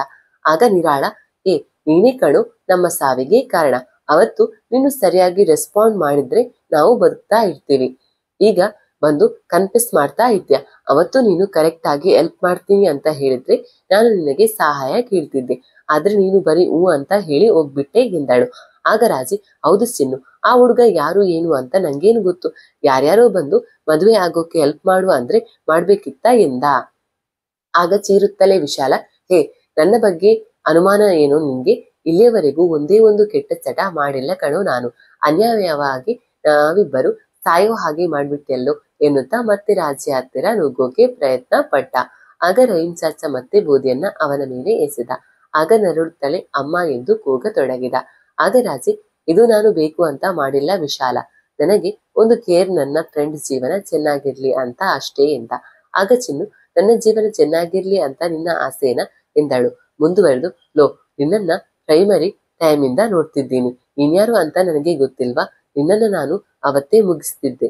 ಆದ್ರೆ ಆ ಪುಸ್ತಕ, ಆ ಒಂದೇ ಒಂದು ಪುಸ್ತಕ ನಿನ್ನನ್ನ ಸಾವಿನ ದವಡೆಯಿಂದ ತಪ್ಪಿಸಿದೆ ಎಂದಳು. ಆಗ ರಹೀಂ ಚಾಚಾ, ಏನು ಪುಸ್ತಕನ? ಯಾವುದು ಅದು ಪುಸ್ತಕ? ಏನಿದೆ ಅದ್ರಲ್ಲಿ ಎಂದ. ಆಗ ಚಿನ್ನು ಕರ್ಕಶವಾಗಿ ನಗುತ್ತಾ, ಓ ಬಂದ್ಬಿಡು, ನೀನು ದೊಡ್ಡ ಪೊಲೀಸ್ ಕಮಿಷನರ್, ನೀನು ಹೇಳಿದಕ್ಕೆಲ್ಲ ನಾನು ಉತ್ತರ ಕೊಡಬೇಕೇನೋ ಎಂದಳು. ಆಗ ರಹೀಂ ಚಾಚಾ, ಓ ಆಗಿದ್ರೆ ಈಗ ತೋರಿಸ್ತೀನಿ ನೋಡು ನಾನು ಯಾರು ಅಂತ ಎಂದವನೇ ಮತ್ತೆ ಬೂದಿಯನ್ನ ಎರಚಿದ. ಆ ನೋವಿಗೆ ಮತ್ತೆ ಚಿನ್ನು ಕಿರುಚಿಕೊಳ್ಳತೊಡಗಿದಳು. ಆಗ ವಿಶಾಲ, ಅಯ್ಯೋ ಬೇಡ, ಆ ಉರಿ ತಡ್ಕೊಳ್ಳಕ್ಕಾಗಲ್ಲ ಪ್ಲೀಸ್, ಅವಳು ಹೇಳ್ತಾಳೆ ಎಂದವನೇ ಚಿನ್ನು ಹೇಳು ಎಂದ ಸಮಾಧಾನವಾಗಿ. ಆಗ ಚಿನ್ನು, ಅವತ್ತು ನಾನು ಸೂಸೈಡ್ ಮಾಡ್ಕೊಳ್ಳೋಕ್ಕೋ ಕೆಲವು ದಿನಗಳ ಮೊದಲು ರಾಜಿ ಜೊತೆ ಮಾತಾಡಿದ್ದೆ. ಆದ್ರೆ ಅವನು ನಮ್ಮ ಪ್ರೀತಿಗೆ ಸಪೋರ್ಟ್ ಮಾಡಲಿಲ್ಲ. ಅವನ ಆ ರಿಪ್ಲೈ ಇಂದಾನೆ ನಾನು ಇನ್ನು ನಮ್ಮ ಪ್ರೀತಿಗೆ ಯಾರು ಸಪೋರ್ಟ್ ಮಾಡಲ್ಲ ಅಂತ ಅನ್ಕೊಂಡು ಮನೆಯಲ್ಲಿ ಹೇಳಿದೆ. ಆದ್ರೆ ಮನೆಯಲ್ಲಿ ನಮ್ಮ ಪ್ರೀತಿಗೆ ಒಪ್ಪಿಗೆ ಸಿಗಲಿಲ್ಲ. ಹೀಗಾಗಿ ನಾವಿಬ್ಬರು ಸೂಸೈಡ್ ಮಾಡ್ಕೊಳ್ಳೋ ಡಿಸಿಷನ್ ತೆಗೆದುಕೊಂಡ್ವಿ. ಆದ್ರೆ ಎಲ್ಲವೂ ಅನ್ಕೊಂಡ್ ಹಾಗೆ ಆಗಿದ್ರೆ ಇಬ್ಬರು ಒಮ್ಮೆಗೆ ಸಾಯ್ತಿದ್ವಿ. ನಾನು ಸತ್ತೋದೆ, ಆದ್ರೆ ವಿಶಾಲ ಹಾಸ್ಪಿಟಲ್ ಅಲ್ಲಿ ಉಳಿದ, ನಂತರ ಸತ್ತ ಎಂದಳು. ನಮ್ಗೆ ನಿನ್ನ ಕತೆ ಬೇಡ, ನೀನು ರಾಜಿಯನ್ನ ಸಾಯಿಸೋಕೆ ಅಡ್ಡ ಬಂದದ್ದು ಪುಸ್ತಕ ಅಂದ್ಯಲ್ಲ, ಹೇಗೆ ಎಂದ ರಹೀಂ ಚಾಚಾ. ಆಗ ಚಿನ್ನು, ಮೊದಲಿನಿಂದಲೂ ನನಗೆ ಓದೋ ಹುಚ್ಚು, ರಾಜಿಗೂ ಕೂಡ ಓದೋದು ಅಂದ್ರೆ ತುಂಬಾನೇ ಇಷ್ಟ. ಹೀಗಾಗಿ ಇಬ್ಬರು ಗಂಟೆಗಟ್ಟಲೆ ಲೈಬ್ರರಿಯಲ್ಲಿ ಕೂತಿದ್ವಿ. ಪ್ರೈಮರಿಯಲ್ಲಿ ಗಾಢವಾಗಿದ್ದ ನಮ್ಮಿಬ್ಬರ ಸ್ನೇಹ ನಾವು ಬೇರೆ ಕಾಲೇಜಿಗೆ ಹೋಗ್ತಿದ್ದ ಹಾಗೆ ಸಡಿಲ ಆಗೋಯ್ತು. ಆದ್ರೆ ಇಬ್ಬರು ಲೈಬ್ರರಿಗೆ ಹೋಗೋದನ್ನ ಮಾತ್ರ ನಿಲ್ಲಿಸಿಲ್ಲ. ಹೀಗಿರುವಾಗ ನಾನು ಆ ಲೈಬ್ರರಿಯಲ್ಲಿ ಗಮನಿಸಿದ್ದೆ. ಏನು ಅಂದ್ರೆ ಆ ಲೈಬ್ರರಿಯನ್ನ ನಮ್ಮನ್ಯಾರನ್ನು ಮೊದಲ ಮಹಡಿಗೆ ಹೋಗೋಕೆ ಬಿಡ್ತಿರ್ಲಿಲ್ಲ. ಯಾಕೆ ಅಂತ ತಿಳ್ಕೊಳ್ಳೋಕೆ ನಾನು ಸುಮಾರು ಸಾರಿ ಪ್ರಯತ್ನ ಪಟ್ಟೆ, ಆದರೆ ಅದು ಗೊತ್ತಾಗಿಲ್ಲ. ಹೀಗಿರುವಾಗ ನಾನು ಸೂಸೈಡ್ ಮಾಡ್ಕೊಂಡ ಮೇಲೆ ಬದುಕಿದ್ದೀನಿ ಅಂತ ಗೊತ್ತಾಯ್ತು ಎಂದಳು ಚಿನ್ನು. ಆಗ ರಹೀಂ ಚಾಚಾ, ನೀನು ಸೂಸೈಡ್ ಮಾಡ್ಕೊಂಡ್ ಮೇಲೆ ಬದುಕಿಲ್ಲ, ಸೈತಾನ ಆಗಿದ್ದೆ ಎಂದ. ಆಗ ಚಿನ್ನು, ಹೌದು, ನಾನು ದೆವ್ವ ಆಗಿದ್ದೇನೆ, ನನ್ನ ಆತ್ಮ ಹೊರಗಿದೆ ಅಂತ ಗೊತ್ತಾಯ್ತು. ಆಗ ನಾನು ಮೊದಲು ಹುಡುಕಿದ್ದು ವಿಶಾಲನ. ಅವಾಗ ವಿಶಾಲ್ ಹಾಸ್ಪಿಟಲ್ ಅಲ್ಲಿದ್ದಾನೆ ಅಂತ ಗೊತ್ತಾಯ್ತು. ಆಗ ನಾನು ಎಲ್ಲರನ್ನ ಮಾತಾಡಿಸೋಕೆ ಪ್ರಯತ್ನ ಪಟ್ಟೆ, ಆದ್ರೆ ಆಗಿಲ್ಲ. ಅವಾಗ ಗೊತ್ತಾಯ್ತು ಸತ್ತಾಗ ಒಂಟಿಯಾದ ಮೇಲೆ ಆಗೋ ನೋವೇನು ಅಂತ. ಈ ನೋವನ್ನ ನಾನು ರಾಜಿಗೆ ಕೊಡ್ಬೇಕು, ಅವನು ನನಗೆ ಹೆಲ್ಪ್ ಮಾಡಿದ್ರೆ ನಮ್ಮ ಮನೇಲಿ ಒಪ್ಕೋತಿದ್ರು ಏನು ಅಂತ ಯೋಚನೆ ಮಾಡಿದಾಗ ಅವನನ್ನ ಸಾಯಿಸ್ಬೇಕು ಅಂತ ಆಯ್ತು. ಆಗ ಅವನನ್ನ ಹುಡ್ಕೊಂಡು ಹೊಂಟಾಗ ಅವನು ಲೈಬ್ರರಿಗೆ ಹೊರಟಿದ್ದ. ಅವನನ್ನ ಫಾಲೋ ಮಾಡಿದಾಗ ಅವನು ಆ ಮೊದಲ ಮಹಡಿಗೆ ಹೋದ. ಅವನು ಅಲ್ಲಿ ಯಾವ ಪುಸ್ತಕ ತಗೋಬೇಕು ಅಂತ ಯೋಚನೆ ಮಾಡ್ತಿದ್ದಾಗ ಗೊತ್ತಾಗದೆ ಕಣ್ಣು ಮುಚ್ಚಿ ಪುಸ್ತಕ ಚೂಸ್ ಮಾಡ್ತಿದ್ದ. ಆಗ ನಾನು ನನ್ನ ಹೆಸರಿರೋ ನಿರಾಳ ಸುಂದರಿ ಪುಸ್ತಕ ಅವನ ಕೈಯಿಟ್ಟೆ ಎಂದಳು. ನೀನು ನನ್ನನ್ನ ಕೊಲ್ಲಬೇಕು ಅಂತ ಬಂದು ಮತ್ಯಾಕೆ ಪುಸ್ತಕ ಕೈಗಿಟ್ಟೆ ಎಂದು ಕೇಳಿದ ರಾಜಿ. ಆಗ ಆಕೆ ನಿನ್ನನ್ನ ಕೊಲ್ಲಬೇಕು ಅಂತಾನೆ ಯೋಚನೆ ಇದ್ದದ್ದು, ಆದ್ರೆ ನೀನು ಕಣ್ಮುಚ್ಚಿ ಹುಡುಕುವಾಗ ನಿನ್ನ ಹಿಂದೆ ನಾನು ದಾಟಿದೆ. ಮುಂದೆ ಬರುವಾಗ ಆ ಪುಸ್ತಕ ನನ್ನ ಕಣ್ಣಿಗೆ ಬಿತ್ತು. ಅದರ ಮೇಲೆ ನನ್ನ ಹೆಸರು ಬರೆದಿತ್ತು. ಏನಪ್ಪಾ ಇದು, ನನ್ನ ಹೆಸರಿದೆಯಲ್ಲ ಅಂತ ಯೋಚನೆ ಮಾಡ್ತಿದ್ದಾಗ ನೀನು ಕಣ್ಮುಚ್ಚಿದ್ದೆ. ಮೊದಲಿನಿಂದಲೂ ನನಗೆ ಪುಸ್ತಕ ಓದೋ ಹುಚ್ಚು. ನನ್ನ ಹೆಸರಿನ ಪುಸ್ತಕ ಇದ್ದಾಗ ಅದರೊಳಗೇನಿದೆ ಅಂತ ತಿಳ್ಕೊಳ್ಳೋ ಸಹಜ ಕುತೂಹಲ ಆಯ್ತು. ಆಗ ನಾನು ಇದೇ ಸರಿಯಾದ ಸಮಯ ಅಂತ ಅನ್ಕೊಂಡು ಗಾಳಿಯಲ್ಲಿ ಪುಸ್ತಕ ತಗೊಂಡು ಬಂದು ನಿನ್ನ ಕೈ ಮುಂದಿಟ್ಟೆ. ನೀನು ಕಣ್ಣು ಮುಚ್ಚಿದ್ದರಿಂದ ಗಾಳಿಯಲ್ಲಿ ಪುಸ್ತಕ ಬಂದಿದ್ದು ನಿನಗೆ ಗೊತ್ತಾಗಲಿಲ್ಲ ಎಂದಳು. ಆಕೆಯೇ ಮುಂದುವರಿದು, ಆಮೇಲೆ ನಾನು ನಿನ್ನ ಮನೆಯ ಕಿಟಕಿಯ ಮೂಲಕ ನಿನ್ನ ಹತ್ರ ಬಂದು ಕತೆ ಕೇಳ್ತಿದ್ದೆ. ನೀನು ಓದುವಾಗ ಮುಂದೆ ಅಂತ ಎಲ್ಲ ನಿನ್ನ ಜೊತೆಗೆ ಮಾತಾಡ್ತಿದ್ದೆ. ಆ ಕಥೆಯನ್ನು ಸಂಪೂರ್ಣವಾಗಿ ಓದಿ ಮುಗಿಸಿದ ಮೇಲೆಯೇ ನಿನ್ನನ್ನ ಸಾಯಿಸ್ಬೇಕು ಅನ್ನೋದು ನನ್ನ ಯೋಚನೆಯಾಗಿತ್ತು. ಹೀಗಾಗಿ ಪುಸ್ತಕ ನಿನ್ನನ್ನ ಬದುಕಿಸಿದ್ದು ಎಂದಳು. ಆಗ ರಹೀಂ ಚಾಚಾ ಅವನನ್ನ ಖತಮ್ ಮಾಡೋಕೆ ಪ್ರಯತ್ನ ಏನಾದ್ರೂ ಮಾಡಿದ್ದೆ ಎಂದು ಕೇಳಿದ. ಆಗ ಚಿನ್ನು, ಹೌದು, ಒಮ್ಮೆ ಆ ಪುಸ್ತಕ ಮೇಲೆ ಇಟ್ಟಿದ್ದ ಚಾಕುವಿನಿಂದ ಅವನನ್ನ ಕೊಲ್ಲೋಕೆ ನಾನು ಪ್ರಯತ್ನಿಸಿದ್ದೆ. ಆದರೆ ಅವನು ಸೂಸೈಡ್ ಮಾಡ್ಕೊಳ್ಳೋದು ತಪ್ಪು ಅಂತ ಹೇಳಿದ್ದು ಅಲ್ಲವೇ, ಅದಕ್ಕೆ ವಿವರಣೆಯನ್ನ ಕೊಟ್ಟಿದ್ದ. ಅವನ ಮಾತು ನನಗೆ ಅನಿಸಿತ್ತು. ಹೀಗಾಗಿ ನಾನು ತಗೊಂಡು ಹೋಗಿದ್ದ ಚಾಕುವನ್ನ ಟೇಬಲ್ ಮೇಲೆ ಇಟ್ಟಿದ್ದೆ. ಇವೆರಡನ್ನ ಬಿಟ್ಟರೆ ಇವತ್ತು ನಾವಿಬ್ಬರು ಸೇರಿ ಅವನ ಕುತ್ತಿಗೆ ಸುಖಕ್ಕೆ ಪ್ರಯತ್ನ ಪಟ್ಟಿದ್ದು. ಆದರೆ ನೀನು ಬಂದು ಅವನನ್ನ ಕಾಪಾಡಿದೆ ಎಂದಳು. ಆಗ ರಾಜಿ ನಡೆದಿದ್ದೆಲ್ಲವನ್ನ ಒಂದು ಬಾರಿ ನೆನೆಸಿಕೊಂಡ. ಅವನ ಮೈ ಒಮ್ಮೆಗೆ ಜುಮ್ ಎಂದಿತು. ನಂತರ ರಹೀಂ ಚಾಚಾ, ನೋಡು, ಅದೆದ್ದೆಲ್ಲ ಆಗಿ ಹೋಯ್ತು ಸೈತಾನ್. ಈಗ ಅವನು ತನ್ನನ್ನ ಸಮರ್ಥಿಸಿಕೊಂಡು ಆಯ್ತು. ನೀನು ಒಪ್ಕೊಂಡೆ ಅಲ್ವಾ ಎಂದ. ಆಗ ಚಿನ್ನು, ಹೌದು, ಆದರೆ ಆ ಕತೆ ಇನ್ನೂ ಬಾಕಿ ಇದೆ. ನಾನು ಕಥೆಯನ್ನ ಪೂರ್ತಿಯಾಗಿ ಕೇಳಲೇಬೇಕು ಎಂದಳು. ಆಗ ರಹೀಂ ಚಾಚಾ, ನೀನೇನು ಚಿಕ್ಕ ಮಗು ಅಂತ ಮಾಡಿದ್ಯಾ ಕತೆ ಕೇಳೋಕೆ? ನೀನು ಸೈತಾನ್, ನಿನ್ನನ್ನ ಬಂಧಿಸೋದು ನನ್ನ ಕೆಲಸ, ನಾನು ಮಾಡ್ತೀನಿ ಅಷ್ಟೇ ಎಂದ. ಆಗ ಚಿನ್ನು, ಏ ಮುದುಕ, ನಾನು ಕಥೆಯನ್ನ ಕೇಳ್ಬೇಕು, ನಾನು ಪೂರ್ತಿಯಾಗಿ ಅದನ್ನ ಕೇಳಬೇಕು. ಬೇಕಿದ್ರೆ ಆ ಕತೆ ಮುಗಿದ ಮೇಲೆ ನನ್ನನ್ನ ಬಂಧಿಸು, ಆದರೆ ಆ ಕತೆ ಕೇಳೋಕೆ ಬಿಡು ಎಂದಳು. ಆಗ ರಹೀಂ ಚಾಚಾ ಜೋರಾಗಿ ನಗತೊಡಗಿದ. ಅದಕ್ಕುತ್ತರವಾಗಿ ಚಿನ್ನು, ಅವನು ಕತೆ ಓದೋದನ್ನ ಮುಗಿಸಿಲ್ಲ ಅಂದ್ರೆ ಅದರ ಪರಿಣಾಮ ಬೇರೆನೇ ಇರುತ್ತೆ. ಆ ಕತೆ ಮುಗಿಯುವವರೆಗೆ ಅವನನ್ನ ಮಾತ್ರ ಬಿಡಲ್ಲ ಎಂದಳು. ಆಗ ರಹೀಂ ಚಾಚಾ, ಏ ಸೈತಾನ್, ನಿನ್ನನ್ನ ಇಲ್ಲಿಯವರೆಗೆ ಮಾತಾಡೋಕೆ ಬಿಟ್ಟಿದ್ದೇ ದೊಡ್ಡ ತಪ್ಪು ಎಂದವನೇ ಅಲ್ಲೇ ಇದ್ದ 2 ಗಾಜಿನ ಬಾಟಲಿಗಳನ್ನ ತೆಗೆದು ವೃತ್ತದ ಹೊರಗಿಟ್ಟು ಮತ್ತೆ ಮಂತ್ರ ಅನ್ನೋದಕ್ಕೆ ಶುರು ಮಾಡಿದ. ಆಗ ಚಿನ್ನು, ಏ ರಾಜಿ, ನಿನ್ನನ್ನ ಬಿಡಲ್ಲ ಕಣೋ ಎಂದು ಜೋರಾಗಿ ಕೂಗತೊಡಗಿದಳು. ಅವಳ ಜೊತೆಗೆ ವಿಶಾಲ ಕೂಡ ನರಳತೊಡಗಿದ. ರಹೀಂ ಚಾಚಾ ಮಂತ್ರವನ್ನ ನಿಲ್ಲಿಸಿ ಬೂದಿಯನ್ನು ಎಸೆದ. ಆಗ ನೋಡುತ್ತಿದ್ದಂತೆ ಆ ಇಬ್ಬರು ಬಂದು ಬಾಟಲಿಯಲ್ಲಿ ಸೇರಿಕೊಂಡರು. ತಡ ಮಾಡದೆ ಕೂಡಲೇ ಆ 2 ಬಾಟಲಿಯ ಬಾಯನ್ನ ಹಾಕಿ ಅಲ್ಲಿಯೇ ಇದ್ದ ಹಸಿರು ಬಟ್ಟೆಯಿಂದ ಇಡೀ ಬಾಟಲಿಯನ್ನ ಸುತ್ತಿದ. ಮುಂದುವರೆದು, ಬೇಟಾ ತೂ ಡರ್ ನ ಮತ್, ನಾನು ಈ ಸೈತಾನ್ಗಳಿಗೆ ಒಂದು ಗತಿ ಕಾಣಿಸ್ತೀನಿ, ನೀನು ಆರಾಮಾಗಿರು ಎಂದ. ನಂತರ ರಾಜಿ, ಆಯ್ತು ಚಾಚಾ ಎಂದ. ನಂತರ ಅಲ್ಲಿ ಸಮಾಧಿಗೆ ನಮಸ್ಕರಿಸಿ ರಹೀಂ ಚಾಚನ ಕೈಗೆ ಒಂದಷ್ಟು ದುಡ್ಡು ಕೊಟ್ಟು ಮನೆಗೆ ಮರಳಿದ. ಮನೆಯಲ್ಲಿ ಆದಿ ಹಾಗೂ ನೀರು ಇಬ್ಬರು ಹಾಲ್ನಲ್ಲಿ ಕುಳಿತುಕೊಂಡಿದ್ದರು. ಆಗ ರಾಜಿ ಅಲ್ಲಿಗೆ ಹೋದ. ಆಗ ಆದಿ, ಮಗ ಏನಾಯ್ತು ಎಂದು ಕೇಳಿದ. ಆಗ ರಾಜಿ ನಡೆದುದೆಲ್ಲವನ್ನ ವಿವರಿಸಿದ. ನಂತರ ಒಬ್ಬರಿಗೊಬ್ಬರು ಸಮಾಧಾನದ ಜೊತೆಗೆ ಧೈರ್ಯವನ್ನ ಹೇಳಿಕೊಂಡರು. ಆದಿ, ಮಗ ನೀನೇನು ಟೆನ್ಷನ್ ಆಗ್ಬೇಡ, ರಹೀಂ ಚಾಚಾ ಇಂತಹ 100 ಕೇಸ್ಗಳನ್ನ ಸಾಲ್ವ್ ಮಾಡಿದ್ದಾನೆ, ನಾನೇ ನೋಡಿದ್ದೇನೆ, ಏನೂ ಆಗಲ್ಲ, ಎಲ್ಲ ಒಳ್ಳೆಯದೇ ಆಗುತ್ತೆ ಎಂದ. ಆಗ ನೀರು, ಹೌದು ರಾಜಿ, ಎಲ್ಲವೂ ಒಳ್ಳೆಯದೇ ಆಗುತ್ತೆ ಎಂದಳು. ಎಂದನಷ್ಟೇ ರಾಜಿ. ನಂತರ ಸಂಜೆಯವರೆಗೂ ಜೊತೆಗೆ ಕಾಲ ಕಳೆದರು. ಒಬ್ಬರಿಗೊಬ್ಬರು ಸಮಾಧಾನ ಮಾಡಿಕೊಂಡರು. ಈ ವಿಷಯವನ್ನ ಯಾರಿಗೂ ಹೇಳದಂತೆ ತಾವೇ ನಿರ್ಬಂಧ ಹಾಕಿಕೊಂಡರು. ನಂತರ ಆದಿ ಹಾಗೂ ನೀರು ತಮ್ಮ ತಮ್ಮ ಮನೆಗೆ ಹೊರಟು ಹೋದರು. ಅವರು ಹೊರಟ ನಂತರ ರಾಜಿಗೆ ದರ್ಗದಲ್ಲಿ ಚಿನ್ನು ಆಡಿದ ಪ್ರತಿಯೊಂದು ಮಾತುಗಳು ಕಾಡತೊಡಗಿದವು. ಅದರಲ್ಲೂ ಮುಖ್ಯವಾಗಿ ನನ್ನ ಸಾವಿಗೆ ನೀನೇ ಕಾರಣ ಎಂದು ಆಕೆ ಹೇಳಿದಂತಹ ಮಾತಂತೂ ಅವನ ಎದೆಯನ್ನ ಕ್ಷಣ ಕ್ಷಣಕ್ಕೂ ಇರಿಯುತ್ತಿತ್ತು. ಒಂದು ಜೀವದ ಸಾವಿಗೆ ನಾ ಕಾರಣ ಆದನಲ್ಲ ಎಂದು ಕೊರಗು ಅವನನ್ನ ಕಾಡುತ್ತಲೇ ಇತ್ತು. ಹೀಗೆ 1-2 ದಿನಗಳನ್ನ ಆತ ಕಳೆದ. ಈ ಕೊರಗು ಅವನು ನಿರು ಹಾಗೂ ಆದಿಗೆ ಹೇಳದೇ ಇದ್ದರೂ ಸಹ ಅವರಿಗೆ ಅರ್ಥವಾಗಿತ್ತು. ಆದರೂ ಕೂಡ ಆದಿ ನಿರುಗೆ ಸಮಯ ಸರಿದಂತೆ ಎಲ್ಲವೂ ಸರಿ ಹೋಗುತ್ತೆ ಎಂದು ಸಮಾಧಾನ ಮಾಡುತ್ತಿದ್ದ. ರಾಜೆ ಕೂಡ ದೇವಸ್ಥಾನದಲ್ಲಿದ್ದ ಅಮ್ಮನೊಂದಿಗೆ ಚೆನ್ನಾಗಿ ಮಾತನಾಡುತ್ತಿದ್ದ. ಅವರಿಗೊಂದಷ್ಟು ಅನುಮಾನ ಬರದಂತೆ ನೋಡಿಕೊಂಡ. ಆದರೆ ಆ ನೋವು ಅವನದೆಯಲ್ಲೇ ಇದ್ದೇ ಇತ್ತು. ಹೀಗಿರುವಾಗ ಒಂದು ದಿನ ರಾತ್ರಿ ರಾಜಿ ನಿದ್ದೆ ಮಾಡುವುದಕ್ಕೆ ಮಂಚದ ಮೇಲೆ ಮಲಗಿದ. ಆದರೆ ಎಷ್ಟೇ ಪ್ರಯತ್ನ ಪಟ್ಟರೂ ನಿದ್ರೆ ಮಾತ್ರ ಬರಲಿಲ್ಲ. ಆಗ ಇದ್ದಕ್ಕಿದ್ದಂತೆ ಕಬೋರ್ಡ್ನ ಒಳಗಿಂದ ಡಬ್ಬ ಡಬ್ಬ ಎಂದು ಜೋರಾಗಿ ಶಬ್ದ ಬಂದಿತ್ತು. ಇತ್ತ ಅಮ್ಮನೂರ ಗುಡಿಯಲ್ಲಿ ಧ್ಯಾನಾವಸ್ಥೆಯಲ್ಲಿದ್ದ ಗುರುಗಳು ಒಮ್ಮೆಗೆ ನಡುಗಿದರು. ಅವರಿಗೇನು ಅನಾಹುತ ಆಗುತ್ತೇನೋ ಎಂಬ ಸಂಶಯ ಕಾಡತೊಡಗಿತು. ಕೂಡಲೇ ಕಣ್ಣು ತೆರೆದವರೇ ದೀರ್ಘವಾದ ಉಸಿರನ್ನೊಮ್ಮೆ ಎಳೆದುಕೊಂಡು ಕಣ್ಣು ಮುಚ್ಚಿದರು. ಇತ್ತ ಮಂಚದ ಮೇಲೆ ಮಲಗಿದ್ದ ರಾಜಿ ಕಬೋರ್ಡ್ ಒಳಗೆ ಬರುತ್ತಿದ್ದ ಶಬ್ದ ಯಾವುದೆಂದು ನೋಡಲು ಮಂಚದ ಮೇಲಿನಿಂದ ಕೆಳಗೆ ಇಳಿದ. ಅವನು ಕೆಳಗೆ ಕಾಲಿಟ್ಟಿದ್ದೇ ತಡ. ಇತ್ತ ಗುರುಗಳು ಬೇಡ ರಾಜಿ ಎಂದು ಮನಸ್ಸಿನಿಂದ ಅವನಿಗೆ ಹೇಳತೊಡಗಿದರು. ಇತ್ತ ಮಂಚದಿಂದ ಕೆಳಗಿಳಿದ ರಾಜಿ ಬಿಕ್ಕಲು ಶುರು ಮಾಡಿದ. ಪೂರ್ತಿಯಾಗಿ ಕತ್ತಲು ತುಂಬಿದ ಆ ಕೋಣೆಯಲ್ಲಿ ರಾಜಿ ಒಬ್ಬನೇ ಎಳೆದು ಕಬೋರ್ಡ್ ಕಡೆಗೆ ನಡೆಯುತ್ತಿದ್ದಾನೆ. ಆತ ಕಬೋರ್ಡ್ ಕಡೆಗೆ ನಡೆಯುತ್ತಿದ್ದಂತೆ ಆ ಶಬ್ದ ಮತ್ತಷ್ಟು ಜೋರಾಯಿತು. ಆಗಂತೂ ಗುರುಗಳು ಬೇಡ ರಾಜಿ, ನನ್ನ ಮಾತು ಕೇಳು, ಬೇಡ ಹೋಗ್ಬೇಡ, ಈ ಬಾರಿ ಅದು ಅಷ್ಟು ಸುಲಭ ಅಲ್ಲ, ನನ್ನ ಮಾತು ಕೇಳು ಎನ್ನುತ್ತಿದ್ದರು. ರಾಜಿಗೆ ಬಿಕ್ಕು ಜಾಸ್ತಿ ಆಗುತ್ತಲೇ ಇತ್ತು. ಅದೇನೆಂದು ಯೋಚಿಸದೆ ಆತ ಹೋಗಿ ಕಬೋರ್ಡ್ ತೆಗೆಯುವುದಕ್ಕೆ ಹ್ಯಾಂಡಲ್ ಮೇಲೆ ಕೈ ಇಟ್ಟ. ಆಗ ಹಿಂದಿನಿಂದ ಒಂದು ಭಯಂಕರವಾದ ಹೆಣ್ಣಿನ ಧ್ವನಿ ಆತನಿಗೆ ಕೇಳಿಸಿತು. ಆದಷ್ಟು ಬೇಗ ರುದ್ರಶಂಕರ ಬೆಟ್ಟ ತಲುಪು ಅಂತ. ಆಗ ದಿಢೀರನೆ ರಾಜಿ ಕಣ್ಣು ಬಿಟ್ಟ. ಸುತ್ತಲೂ ಕತ್ತಲು ತುಂಬಿತ್ತು. ಎದ್ದವನೇ ಗಾಬರಿಯಲ್ಲಿ ನೀರು ಕುಡಿಯತೊಡಗಿದ. ನಂತರ ತನ್ನ ಹಣೆಯಿಂದ ಜಾರುತ್ತಿದ್ದ ಬೆವರನ್ನ ಒರೆಸಿಕೊಳ್ಳುತ್ತಾ, ರಾಜಿ ಇಷ್ಟೊತ್ತು ನಡೆದಿದ್ದು ಕನಸ? ಹಾಗಿದ್ರೆ ಆ ನಿರಾಳ ಸುಂದರಿ ಪುಸ್ತಕ ಎಲ್ಲೋಯ್ತು ಎಂದು ಅದನ್ನು ಹುಡುಕತೊಡಗಿದ. ನಂತರ ಕಬೋರ್ಡ್ ಬಾಗಿಲನ್ನ ತೆಗೆದವನೇ ನಿರಾಳ ಸುಂದರಿ ಪುಸ್ತಕ ಹುಡುಕತೊಡಗಿದ. ಆದರೆ ಆ ಪುಸ್ತಕ ಅವನಿಗೆ ಸಿಗಲಿಲ್ಲ. ನಂತರ ತನ್ನ ಇಡೀ ರೂಮ್ ಹುಡುಕಿದರೂ ಆ ಪುಸ್ತಕ ಸಿಗಲಿಲ್ಲ. ಕೊನೆಗೆ ತನ್ನ ಮನೆಯನ್ನೆಲ್ಲ ಆ ರಾತ್ರಿಯೇ ಹೊತ್ತಲ್ಲೇ ಹುಡುಕಿದ. ಆದರೆ ಆ ಪುಸ್ತಕದ ಸುಳಿವು ಮಾತ್ರ ಅವನಿಗೆ ಸಿಗಲೇ ಇಲ್ಲ. ನಂತರ ಆ ಪುಸ್ತಕ ಎಲ್ಲಿ ಹೋಯ್ತು ಎಂದು ತುಂಬಾ ತಲೆ ಕೆಡಿಸಿಕೊಂಡವನೇ ಹೊರತು ಆ ಪುಸ್ತಕದ ಬಗ್ಗೆ ಒಂದೇ ಒಂದು ಸಣ್ಣ ಸುಳಿವು ಸಿಗಲೇ ಇಲ್ಲ. ಅಷ್ಟರಲ್ಲಾಗಲೇ ಬೆಳಗಾಯಿತು. ಅಮ್ಮನೂರು ದೇವಸ್ಥಾನದಲ್ಲಿ ಗುರುಗಳು ಹೇಳಿದ ಆ ದಿನ ಹತ್ತಿರ ಬಂದಿತು. ಆಗ ಗುರುಗಳು ತಮ್ಮ ಶಿಷ್ಯಂದಿರನ್ನ ಕರೆದು ಮಾರನೇ ದಿನವೇ ಪೂಜೆ ಇದೆ, ಹೀಗಾಗಿ ಎಲ್ಲ ಸಿದ್ಧತೆಗಳನ್ನ ಆದಷ್ಟು ಬೇಗ ಮಾಡಿಕೊಳ್ಳಿ ಎಂದು ತಿಳಿಸಿದರು. ನಂತರ ಪೂರ್ಣಮ್ಮನವರು ಕರೆದು ರಾಜಿಗೆ ಫೋನ್ ಮಾಡಿ ಮೊದಲು ನಾನು ಕೊಟ್ಟಿರುವ ತಾಯ್ತವನ್ನ ಕಟ್ಟಿಕೋ ಅಂತ ಹೇಳಿ ಎಂದರು ಗುರುಗಳು. ಪೂರ್ಣಮ್ಮ ಹಾಗೆಯೇ ಮಾಡಿದರು. ಇತ್ತ ಅಮ್ಮ ಹೇಳಿದ್ದಕ್ಕೆ ರಾಜಿ ತಾಯ್ತವನ್ನ ಕಟ್ಟಿಕೊಂಡ.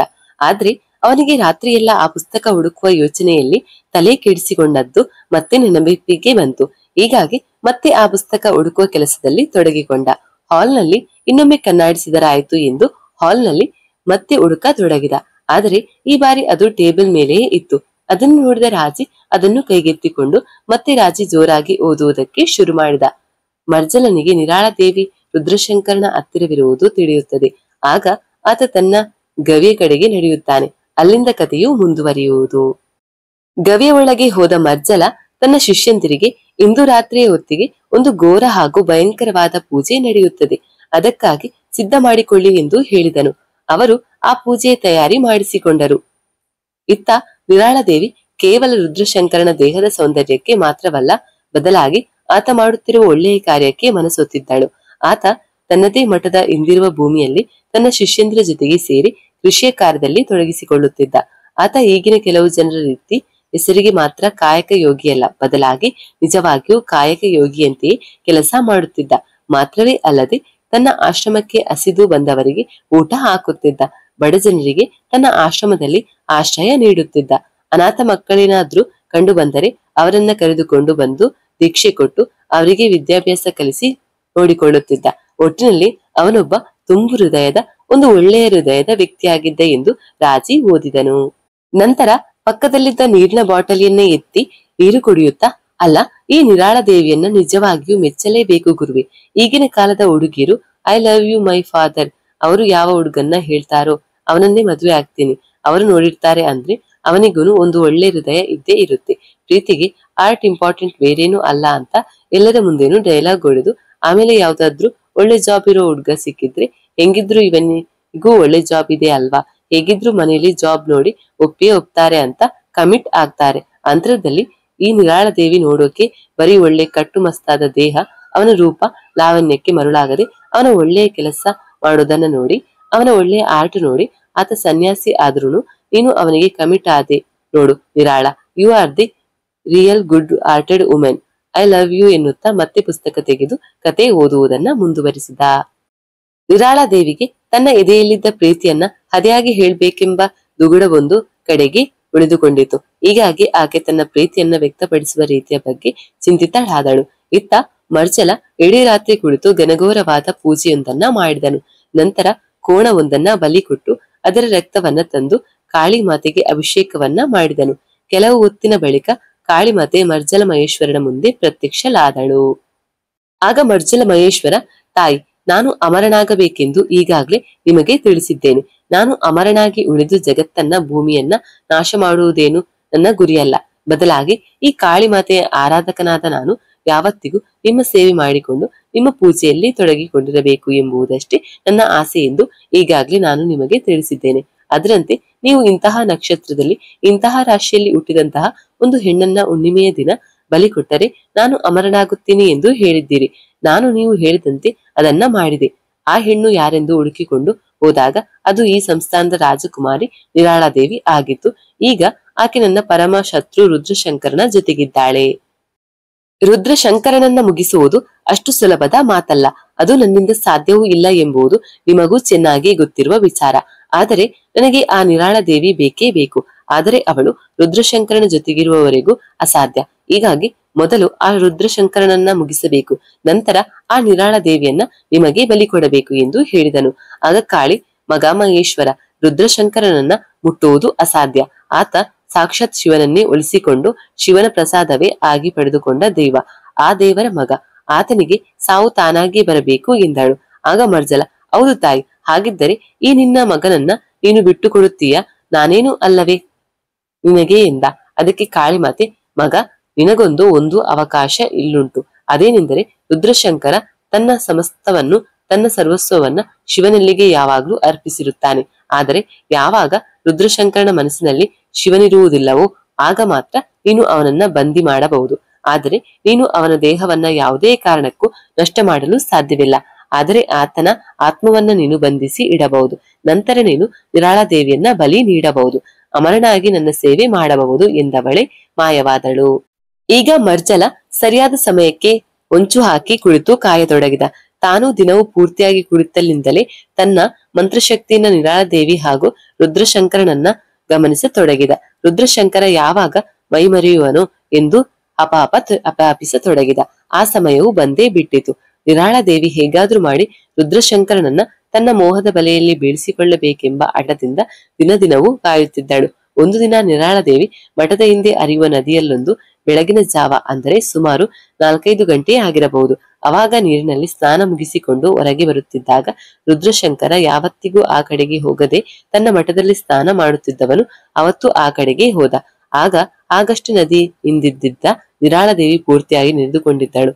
ಕೂದಲು ಬಿದ್ದಿದ್ದವು, ಮೈಯಲ್ಲಿ ನೀರು ಇನ್ನೂ ಹಾಗೆ ಇತ್ತು. ತಾನೊಂದು ಬಿಳಿಯ ಸೀರೆಯನ್ನುಟ್ಟು ನಿಂತಿದ್ದರಿಂದ ಆ ಸೀರೆಯ ಒಳಗಿನ ಆಕೆಯ ಮೈ ಪೂರ್ತಿಯಾಗಿ ಹೊರಗೆ ಕಾಣಿಸುತ್ತಿತ್ತು. ಇದುವರೆಗೂ ಯಾವುದೇ ಹೆಣ್ಣನ್ನ ಆ ಪರಿಸ್ಥಿತಿಯಲ್ಲಿ ನೋಡದೇ ಇದ್ದ ರುದ್ರಶಂಕರ ಒಮ್ಮೆಗೆ ನಿರಾಳಾದೇವಿಯನ್ನ ಅರೆಬೆತ್ತಲೆಯಾಗಿ ನೋಡಿದಾಗ ಅವನ ಎದೆಯಲ್ಲಿ ಪ್ರಳಯವೇ ಆಗಿ ಹೋಯಿತು. ಉಸಿರಾಡುವುದನ್ನ ಬಿಟ್ಟು ಬೇರೆಲ್ಲವನ್ನೂ ಮರೆತು ಅವಳನ್ನೇ ನೋಡುತ್ತಾ ನಿಂತು ಬಿಟ್ಟ. ನಿರಾಳಾದೇವಿ ಕೂಡ ಆ ಕತ್ತಲಲ್ಲೂ ಅವನ ಕಣ್ಣೋಟದಲ್ಲಿ ಕಳೆದು ಹೋಗಿಬಿಟ್ಟಳು. ಇಬ್ಬರು ಹಾಗೆ ಹತ್ತಿರ ಬರತೊಡಗಿದರು. ಜಗತ್ತಿನ ಅರಿವು ಅವರಿಬ್ಬರಿಗೂ ಇರಲಿಲ್ಲ. ಇಬ್ಬರ ಕಣ್ಣೋಟಗಳು ಸಂಧಿಸಿದ್ದವು ಮಾತ್ರವೇ ಅಲ್ಲದೆ ಇಬ್ಬರ ಮನಸ್ಸುಗಳು ಪ್ರಯಾಣದ ಹಾಡು ಆಡುತ್ತಿದ್ದವು. ಇಬ್ಬರ ದೇಹಗಳು ನಿಧಾನವಾಗಿ ಒಂದಾಗಡ ತೊಡಗಿದವು. ರುದ್ರಶಂಕರ ನಿರಾಳಾದೇವಿಯನ್ನ ನೋಡುತ್ತಾ ಅವಳನ್ನ ತೋಳುಗಳಲ್ಲಿ ಬಳಸಿಕೊಳ್ಳತೊಡಗಿದ. ನಿರಾಳಾದೇವಿ ಕೂಡ ರುದ್ರಶಂಕರನ ಅಂದಕ್ಕೆ ಸೋತು ಹೋಗಿ ಅವನ ತುಟಿಗೆ ತನ್ನ ತುಟಿಯನ್ನ ಚುಂಬಿಸುವ ಆಸೆಯಿಂದ ಅವನ ಹತ್ತಿರ ಇನ್ನಷ್ಟು ಹೋದಳು. ಇನ್ನೇನು ಇಬ್ಬರ ತುಟಿಗಳು ಸೇರಬೇಕು, ಅಲ್ಲೊಂದು ಪ್ರಣಯ ಗೀತೆ ಶುರುವಾಗಬೇಕು ಎನ್ನುವಷ್ಟರಲ್ಲಿ ಯಾರೋ ಹಿಂದೆಯಿಂದ ಇಬ್ಬರ ಮೈಯಲ್ಲೂ ಬೂದಿ ಚೆಲ್ಲಿದರು. ಕೂಡಲೇ ಇಬ್ಬರು ಪ್ರಜ್ಞೆ ಕಳೆದುಕೊಂಡು ಬಿದ್ದು ಬಿಟ್ಟರು. ನಂತರ ಇಬ್ಬರು ಕಣ್ಣು ತೆರೆದಾಗ ಮರ್ಜಲ ಮಹೇಶ್ವರನ ಗುಹೆಯೊಳಗೆ ಬಂದಿಯಾಗಿದ್ದರು. ರುದ್ರಶಂಕರನನ್ನ ಒಂದು ಮಲದ ಹಳಗೆಯ ಮೇಲೆ ಎಲೆಗಳನ್ನ ಹಾಕಿ ಅದರ ಮೇಲೆ ಮಲಗಿಸಿದ್ದರೆ ಅವನ ಸುತ್ತಲೂ ಸಾಕಷ್ಟು ದೀಪಗಳನ್ನ ಹಚ್ಚಿದ್ದಾರೆ. ಅಲ್ಲಿಂದ ತುಸು ದೂರದಲ್ಲಿ ನಿರಾಳಾದೇವಿಯನ್ನು ಮಲಗಿಸಿದ್ದಾರೆ. ಅವಳನ್ನು ಬಂಧಿಸಿದ್ದಾರೆ. ಇಬ್ಬರು ಕೊಂಚ ಸಮಯದ ನಂತರ ಎಚ್ಚರಗೊಂಡು ಕಣ್ಣು ತೆರೆದಾಗ ನಿರಾಳಾದೇವಿ ರುದ್ರಶಂಕರ ಎಂದು ಅಳುತ್ತಾ ಚೀರತೊಡಗಿದಳು. ಆಗ ಮರ್ಜಲ, ಓ ಪ್ರಣಯ ಪಕ್ಷಿಗಳೇ, ಹೇಗಿರುವಿರಿ ಎಂದ ವಿಕೃತವಾಗಿ ನಗುತ್ತಾ. ಆಗ ರುದ್ರಶಂಕರ ಮರ್ಜಲನನ್ನ ನೋಡುತ್ತಾ, ಹೇ ಮರ್ಜಲ, ನಾನು ಈಗ ನಿನ್ನನ್ನ ಏನು ಮಾಡಬಹುದು ಎಂಬ ಯೋಚನೆಯಾದರೂ ನಿನಗಿದೆಯೇ? ನಿನ್ನನ್ನು ಈಗಿಂದೀಗಲೇ ಎನ್ನುತ್ತಿರುವಂತೆ ಅವನನ್ನ ಅಲ್ಲಿಗೆ ತಡೆದ ಮರ್ಜಲ, ಆಹಾಹ ರುದ್ರಶಂಕರ, ನೀನು ಈಗ ನನ್ನನ್ನ ಏನು ಮಾಡಲಾಗುವುದಿಲ್ಲ, ಬೇಕಿದ್ದರೆ ಒಮ್ಮೆ ಪ್ರಯತ್ನಿಸಿ ನೋಡು ಎಂದ. ಆಗ ರುದ್ರಶಂಕರ ಕಣ್ಣು ಮುಚ್ಚಿಕೊಂಡು ಅದ್ಯಾವುದೋ ಮಂತ್ರ ಹೇಳುತ್ತಾ ಕಣ್ಣು ತೆಗೆದು ಒಮ್ಮೆ ಮರ್ಜಲನನ್ನ ನೋಡಿದ. ಆಗ ಮರ್ಜಲ, ಆಹಾಹ, ನಿನ್ನ ಯಾವ ಮಂತ್ರದಿಂದಲೂ ನನಗೆ ಏನು ಮಾಡೋಕ್ಕಾಗಲ್ಲ ರುದ್ರಶಂಕರ, ನೀನೀಗ ರೆಕ್ಕೆ ಬಿಟ್ಟಿರೋ ಅಕ್ಕಿಯಷ್ಟೇ ಎಂದು ಜೋರಾಗಿ ನಗತೊಡಗಿದ. ಆಗ ರುದ್ರಶಂಕರ, ಮರ್ಜಲ, ನಿನ್ನನ್ನು ಈ ಕ್ಷಣವೇ ಎನ್ನುತ್ತಿದ್ದಂತೆ ಮರ್ಜಲ ತನ್ನ ಎದುರಿಗೆ ಇಟ್ಟಂತಹ ಒಂದು ತಾಮ್ರದ ಪಾತ್ರೆಯನ್ನು ಎತ್ತಿಕೊಂಡು ಅದರೊಳಗಿನ ನೀರನ್ನ ಒಂದು ಬೊಗಸೆಯಲ್ಲಿ ಹಿಡಿದುಕೊಂಡ. ನಂತರ ಅದ್ಯಾವುದೋ ಮಂತ್ರಗಳನ್ನ ಹೇಳುತ್ತಾ ರುದ್ರಶಂಕರನ ಮೈ ಮೇಲೆ ನೀರು ಹಾಕಿಬಿಟ್ಟ. ಆಗ ಅಷ್ಟೊತ್ತು ಕಿರುಚುತ್ತಿದ್ದ ರುದ್ರಶಂಕರ ಒಮ್ಮೆಗೆ ಸ್ತಬ್ಧನಾಗಿ ಬಿಟ್ಟ. ತಡ ಮಾಡದೆ ಮರ್ಜಲ ಒಂದು ತಾಮ್ರದ ಚೊಂಬನ್ನು ತೆಗೆದುಕೊಂಡವನೇ ರುದ್ರಶಂಕರನ ಸುತ್ತಲೂ ಉರಿಯುತ್ತಿದ್ದ ದೀಪಗಳ ಹತ್ತಿರಕ್ಕೆ ಹೋದವನೇ ನಿಂತುಕೊಂಡು ಅದ್ಯಾವುದೋ ಒಂದು ಮಂತ್ರವನ್ನ ಅಂದ ತಕ್ಷಣವೇ ಎಲ್ಲಾ ದೀಪಗಳಿಂದ ಉರಿಯುತ್ತಿದ್ದ ಬೆಳಕು ಒಮ್ಮೆ ಚೊಂಬಿನಲ್ಲಿ ಬಂದು ಬಿಟ್ಟವು. ಆಗ ತಕ್ಷಣವೇ ಮರ್ಜಲ ಆ ಚೊಂಬನ್ನ ಒಂದು ಕೆಂಪು ವಸ್ತ್ರದಿಂದ ಸುತ್ತಿ ನಂತರ ಅದಕ್ಕೆ ಅಲ್ಲಿಯೇ ಇದ್ದಂತಹ ಬಿಳಿಯ ಬೂದಿಯನ್ನ ಬಳಿದು ಅದಕ್ಕೆ ತಾಮ್ರದ ಮಂತ್ರವಿದ್ದ ಪಟ್ಟಿಯನ್ನ ಸುತ್ತಿ ಬೀಗಿದನು. ಅದೆಲ್ಲವನ್ನ ನೋಡುತ್ತಿದ್ದ ನಿರಾಳ ಜೋರಾಗಿ ಅಳುವುದಕ್ಕೆ ಶುರುವಿಟ್ಟುಕೊಂಡಳು. ಆಗ ಮರ್ಜಲ ಅವಳ ಬಳಿಗೆ ಬಂದು, ಏ ನಿರಾಳ ದೇವಿ, ಈಗ ನಿನ್ನ ಪ್ರಿಯಕರ ಈ ತಾಮ್ರದಲ್ಲಿ ಬಂದಿಯಾಗಿದ್ದಾನೆ. ಅವನ ಶವ ಅಲ್ಲಿದೆ. ನೀನು ಅವನ ದೇಹವನ್ನೊಮ್ಮೆ ನೋಡಬೇಕೆಂದರೆ ನೋಡಿಕೊ, ಅದನ್ನು ನಾವು ನಷ್ಟ ಮಾಡಿಬಿಡುತ್ತೇವೆ ಎಂದ. ಆಗ ನಿರಾಳ ದೇವಿ ಎದ್ದವಳೆ ಬಂದಿಯಾಗಿದ್ದೆಲ್ಲವನ್ನು ಬಿಡಿಸಿಕೊಂಡು ಅವನ ದೇಹದ ಮೇಲೆ ಬಿದ್ದು ಅಳತೊಡಗಿದಳು. ಸುಮಾರು ಹೊತ್ತು ಹೀಗೆಯೇ ನಡೆಯಿತು. ನಂತರ ಮರ್ಜಲ ಮಹೇಶ್ವರ ಶಿಷ್ಯಂದಿರು ಅವಳನ್ನ ಒಂದೆಡೆ ಕರೆದುಕೊಂಡು ಬಂದು ಅವಳನ್ನ ಕಟ್ಟಿ ಹಾಕಿದರು. ಆಗ ಮರ್ಜಲ ಮಹೇಶ್ವರ ಕಾಳಿ ದೇವಿಯ ಮುಂದಿಟ್ಟಂತಹ ಒಂದು ಕತ್ತಿಯನ್ನೆತ್ತಿಕೊಂಡು ಬಂದವನೇ ನಿರಾಳ ದೇವಿಯ ಮುಂದೆ ನಿಂತುಕೊಂಡ. ಅವನ್ನ ನೋಡಿದರು ನಿರಾಳ ದೇವಿ ಯಾವುದೇ ರೀತಿಯ ಪ್ರತಿಕ್ರಿಯೆ ಕೊಡದೆ ಸುಮ್ಮನೆ ರುದ್ರಶಂಕರನ ಸತ್ತ ದೇಹವನ್ನ ನೋಡುತ್ತಾ ನಿಂತುಕೊಂಡಿದ್ದಾಳು. ಅದನ್ನು ಗಮನಿಸಿದ ಮರ್ಜಲ ಒಮ್ಮೆಗೆ ನಿರಾಳ ಕೊರಳಿಗೆ ಕತ್ತಿ ಹಾಕಿದ. ಆದರೂ ಅವಳು ಹೆದರಿಕೊಳ್ಳದಿರುವುದನ್ನ ಕಂಡು ಮರ್ಜಲ ಅಚ್ಚರಿಗೊಂಡ.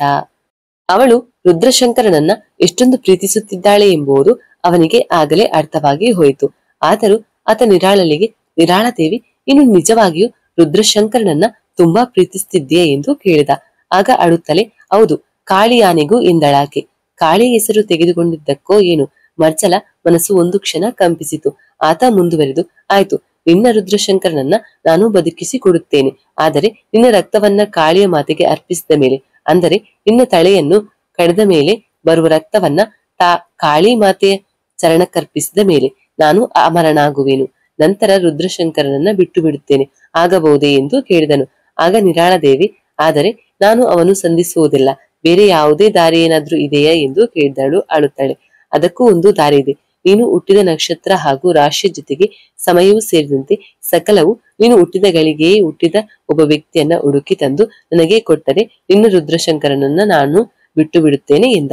ಆಗ ನಿರಾಳ ದೇವಿ, ಇದೆಂತ ಹುಚ್ಚು ಮರ್ಜಲ, ನಾನು ಬದುಕುವುದಕ್ಕೋಸ್ಕರ ಮತ್ತೊಬ್ಬರನ್ನ ಸಾಯಿಸುವುದೇ ಎಂದು ಕೇಳಿದಳು. ಅದಕ್ಕುತ್ತರವಾಗಿ ಮರ್ಜಲ, ತಪ್ಪದು ನಿರಾಳ, ಈಗಾಗ್ಲೇ ನಿನ್ನ ರುದ್ರಶಂಕರನ ಆತ್ಮವನ್ನ ಬಂಧಿಸಿದ್ದೇನೆ. ಈಗ ನಿನ್ನ ಆತ್ಮವನ್ನ ಬಂಧಿಸಿ ನಿನ್ನ ದೇಹದ ರಕ್ತವನ್ನ ಕಾಳಿ ಮಾತೆಗೆ ನೀಡಿದರೆ ಮುಗಿಯಿತು, ನಾನಂತೂ ಅಮರ ಎಂದು ಮತ್ತೆ ನಗಾಡತೊಡಗಿದ. ಆಗ ನಿರಾಳ ದೇವಿ ಮರ್ಜಲ ಕೆನ್ನೆಗೆ ಒಂದು ಜೋರಾಗಿ ಏಟು ಕೊಟ್ಟಳು. ಕೂಡಲೇ ಮರ್ಜಲ ಕೋಪದಿಂದ, ಅಲ ರಾಕ್ಷಸಿ, ಈ ಮರ್ಜಲ ಮೇಲೆಯೇ ಕೈ ಮಾಡುವಷ್ಟು ಧೈರ್ಯವೇ ನಿನಗೆ ಎಂದವನೇ ಅವಳನ್ನ ಎಳೆದುಕೊಂಡು ಹೋದವನೇ ಕತ್ತಿಯಿಂದ ಅವಳ ಕತ್ತನ್ನ ಕತ್ತರಿಸಿದ. ಮಾತ್ರವಲ್ಲದೆ ಅವಳ ಆತ್ಮವನ್ನ ಬಂದಿಯಾಗಿಸಿದ. ನಂತರ ಅವಳ ರಕ್ತವನ್ನ ಕಾಳಿ ಮಾತೆಗೆ ಅರ್ಪಿಸಿದ. ಆದರೆ ಕಾಳಿ ಮಾತ್ರ ಪ್ರತ್ಯಕ್ಷಲಾಗಿ ವರ ನೀಡಲೇ ಇಲ್ಲ. ಹೀಗಾಗಿ ಮತ್ತೆ ಯಾಗವನ್ನ ಕೈಗೊಂಡು ಕಾಳಿಯನ್ನ ಕೇಳಿದ, ತಾನು ಯಾವಾಗ ಅಮರನಾಗುವೆನೆಂದು. ಆಗ ಕಾಳಿ, ನೀನು ಒಂದು ಹೆಣ್ಣಿನ ರಕ್ತದಿಂದ ನನಗೆ ಅಭಿಷೇಕ ಮಾಡಿದ್ದರಿಂದ ನೀನು ನಿನ್ನ ಸಾವನ್ನ ನೀನಾಗೆ ತಂದುಕೊಂಡಿರುವೆ ಎಂದಳು. ತಾಯಿ, ಏನು ನೀನು ಮಾತನಾಡುತ್ತಿರುವುದು ಎಂದ ಮರ್ಜಲ. ಹೌದು, ನೀನು ಅಮರನಾಗಿರುವುದು ಮಾತ್ರ ಸುಳ್ಳಲ್ಲ, ಆದರೆ ಒಂದು ಹೆಣ್ಣನ್ನ ಬಳಿಕೊಟ್ಟ ಪಾಪ ನಿನ್ನನ್ನು ಸುಮ್ಮನೆ ಬಿಡುವುದಿಲ್ಲ.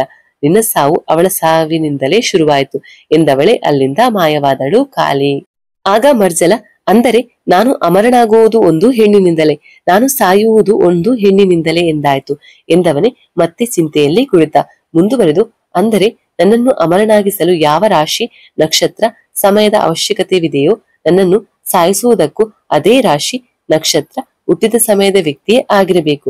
ಆದರೆ ನಾನು ಆ ವ್ಯಕ್ತಿಯನ್ನ ಹುಡುಕುವುದು ಹೇಗೆ ಎಂದು ಯೋಚಿಸತೊಡಗಿದ. ನಂತರ ನಿರಾಳ ದೇವಿಯ ಆತ್ಮವನ್ನು ಸಾಕಷ್ಟು ಹಿಂಸಿಸಿದ. ನಂತರ ಅವಳ ಆತ್ಮವನ್ನ ತನ್ನ ದಾಸಿಯನ್ನಾಗಿ ಮಾಡಿಕೊಂಡ. ಅವನು ನೀಡುವ ನೋವಿಗೆ ನಿರಾಳ ಬೆಂಡಾಗಿ ಹೋದಳು. ಮುಂದುವರೆದು ನಿರಾಳದೇವಿಯ ಆತ್ಮವನ್ನು ಒಂದು ಪುಸ್ತಕದ ಕವಲುಗಾರ್ತಿಯಾಗಿ ಮಾಡಿಕೊಂಡ ಮರ್ಜಲ ನನ್ನನ್ನು ಕರೆದು ನೋಡು.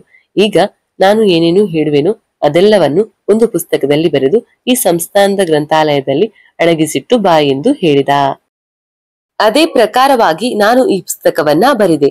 ಆದರೆ ಈ ಪುಸ್ತಕವನ್ನ ಯಾಕೆ ಬರೆಸಿದ ಎಂಬುದು ಮಾತ್ರ ಅವನಿಗೆ ಮಾತ್ರ ಗೊತ್ತು. ಆದರೆ ಪುಸ್ತಕ ಓದುವುದು ಮುಗಿಯುತ್ತಿದ್ದಂತೆ ನಿಮ್ಮ ಸಾವು ಮಾತ್ರ ತಪ್ಪದು ಎಂದು ಪುಸ್ತಕದ ಕೊನೆಯ ಪುಟದಲ್ಲಿ ಬರೆಯಲಾಗಿತ್ತು. ಅದನ್ನು ಓದಿದವನೇ ರಾಜಿ ಒಮ್ಮೆ ಎದ್ದು ನಿಂತು ಸುತ್ತಲೂ ನೋಡಿದ. ಸದ್ಯಕ್ಕೆ ಯಾರೂ ಇಲ್ಲ ಎಂಬುದನ್ನ ಖಾತ್ರಿ ಪಡಿಸಿಕೊಂಡ. ನಂತರ ತಾನೇ ಮೊದಲಿಗೆ ಈ ಪುಸ್ತಕದಿಂದ ಯಾರಾದ್ರೂ ಸತ್ತಿದ್ದಾರೆ ಎಂಬುದನ್ನು ತಿಳಿದುಕೊಳ್ಳಬೇಕು ಎಂದವನೇ ಲೈಬ್ರರಿಗೆ ಬೈಕ್ ಹತ್ತಿ ನಡೆದ. ಆಗ ಲೈಬ್ರರಿಯಲ್ಲಿ ಮುದುಕನಿಗೆ ನಿರಾಳ ಸುಂದರಿ ಪುಸ್ತಕವನ್ನ ತೋರಿಸಿ, ಈ ಪುಸ್ತಕವನ್ನ ಯಾರಾದ್ರೂ ಹಿಂದೆ ಓದಿದ್ದಾರೆ, ಅವರ ಬಗ್ಗೆ ಸ್ವಲ್ಪ ಮಾಹಿತಿ ಬೇಕು ಎಂಬುದಾಗಿ ಬೇಡಿಕೆ ಇಟ್ಟ. ಆಗ ಆ ಮುದುಕ, ಈ ಪುಸ್ತಕವನ್ನ ಇದುವರೆಗೂ ಯಾರ್ಯಾರು ಓದಲು ತೆಗೆದುಕೊಂಡು ಹೋಗಿದ್ದಾರೋ ಅವರಲ್ಲಿ ಯಾರೂ ಹಿಂದಿರುಗಿ ಬಂದಿಲ್ಲ. ಆದರೆ ಈ ಪುಸ್ತಕ ಮಾತ್ರ ಅದಿಯಾಗಿ ಮಾತ್ರ ಮತ್ತೆ ಲೈಬ್ರರಿಗೆ ಬಂತೋ ಗೊತ್ತಿಲ್ಲ ಎಂದ. ಆಗ ರಾಜಿ, ಆಯ್ತು ತಾತ, ಆದ್ರೆ ಓದೋಕೆ ತಗೊಂಡು ಹೋದವರು ಏನಾದ್ರೂ ಗೊತ್ತಾ ಎಂದ. ಆಗ ಆ ತಾತ, ಅದೇನು ಕಾಕತಾಳೀಯವೋ ಅಥವಾ ಏನೋ ಗೊತ್ತಿಲ್ಲ, ಆದ್ರೆ ಓದೋಕೆ ಹೋದವರು ಎಲ್ಲರೂ ರಕ್ತ ಕಾರಿಕೊಂಡೇ ಸತ್ತಿದ್ದಾರೆ ಎಂದ. ಅದನ್ನು ಕೇಳಿ ರಾಜಿಗೆ ನಿಜಕ್ಕೂ ಶಾಕ್ ಆಗಿ ಹೋಯ್ತು. ಆಗ ರಾಜಿ, ತಾತ ಅದು ಎನ್ನುತ್ತಿರುವಂತೆ ಆದಿ ರಾಜಿಗೆ ಕಾಲ್ ಮಾಡಿ ಬೇಗ ಮನೆಗೆ ಬರಲು ಹೇಳಿದ. ಆಗ ರಾಜಿ ಆದಿ ಏನೋ ಗಾಬರಿಯಲ್ಲಿರುವುದನ್ನ ಗ್ರಹಿಸಿದ. ನಂತರ ರಾಜಿ ಮನೆಗೆ ತಲುಪಿದ. ಅಷ್ಟರಲ್ಲಾಗಲೇ ರಾಜಿ ಅಲ್ಲಿದ್ದ. ವಿಷಯ ಏನೆಂದು ಹೇಳಿದಾಗ, ರೈಮ್ ಚಾಚಾ ಈಗ ತಾನೇ ರಕ್ತ ಕಾರಿಕೊಂಡು ಸತ್ತು ಹೋದ. ನನ್ಗೆ ಯಾಕೋ ಡೌಟ್ ಮಗ, ನಿರಾಳ ನಿನ್ನನ್ನ ಬಿಡೋದಿಲ್ಲ ಅಂತ ಬೇರೆ ಹೇಳಿದ್ದಾಳೆ. ನೀನು ಇಲ್ಲಿರೋದು ಯಾಕೆ ಸರಿ ಇಲ್ಲ ಎಂದ. ಅದನ್ನು ಕೇಳಿದ ಮೇಲಂತೂ ರಾಜಿಗೆ ಇದು ನಿರಾಳ ಸುಂದರಿ ಪುಸ್ತಕ ಮಹಿಮೆಯಲ್ಲದೆ ಬೇರೇನೂ ಅಲ್ಲ ಎಂಬುದಂತೂ ಖಾತ್ರಿ ಆಯಿತು. ಅಷ್ಟರಲ್ಲಾಗಲೇ ಪೂರ್ಣಮ್ಮನಿಂದ ರಾಜಿಗೆ ಫೋನ್ ಬಂದಿತು. ಆಗ ರಾಜಿ ಅಲೋ ಎನ್ನುತ್ತಲೇ ಆ ಕಡೆಯಿಂದ ಗುರುಗಳು, ಮಗು ರಾಜಿ, ನೀನು ಈಗಿಂದೀಗಲೇ ಇಲ್ಲಿಗೆ ಹೊರಟು ಬಾ. ಇನ್ನೊಂದು ವಿಷಯ ನೆನಪಿರಲಿ, ನಿನ್ನ ತಾಯಿ ನಿನಗೆ ಕೊಟ್ಟಂತಹ ತಾಯ್ತವನ್ನ ಅದ್ಯಾವುದೇ ಕಾರಣಕ್ಕೂ ಕಳೆದುಕೊಳ್ಳಬೇಡ ಎಂದರು. ರಾಜಿಗೆ ಅವರ ಮಾತಿನ ತಾತ್ಪರ್ಯ ಅರ್ಥವಾಯಿತು. ಕೂಡಲೇ ಆಯ್ತು ಗುರುಗಳೇ, ಈ ಕೂಡಲೇ ನಾನು ಬರ್ತೀನಿ ಎಂದವನೇ ಫೋನ್ ಕಟ್ ಮಾಡಿ ಬ್ಯಾಗ್ ಪ್ಯಾಕ್ ಮಾಡಿಕೊಂಡವನೇ ಅದೇ ಬೈಕ್ ಮೇಲೆ ಬಸ್ ಸ್ಟ್ಯಾಂಡ್ಗೆ ನಡೆದ. ನಂತರ ಬಸ್ ಹತ್ತಿ ನಿರುಗೆ ತಾನು ಅಮ್ಮನೂರು ದೇವಸ್ಥಾನಕ್ಕೆ ಹೋಗಿ ಬರುವುದಾಗಿ ತಿಳಿಸೆಂದು ಹೇಳಿ ಅಲ್ಲಿಂದ ಹೊರಟ. ಬಸ್ಸಲ್ಲಿ ಸಾಕಷ್ಟು ರಶ್ ಇದ್ದಿದ್ದರಿಂದ ರಾಜಿ ಕೊನೆಯ ಸೀಟಿಗೆ ಕುಳಿತುಕೊಂಡ, ಅದು ಕಿಟಕಿಯ ಪಕ್ಕದಲ್ಲಿ. ಬಸ್ ಹೊರಟು ತುಂಬಾ ಹೊತ್ತಿನ ನಂತರ ಸಂಜೆಯಾಗಿ ಕತ್ತಲಾವರಂಭಿಸಿಕೊಂಡಿತು. ಅಷ್ಟೊತ್ತಿಗೆ ರಾಜಿಗೆ ಕಾಲ್ ಬಂದಿತು.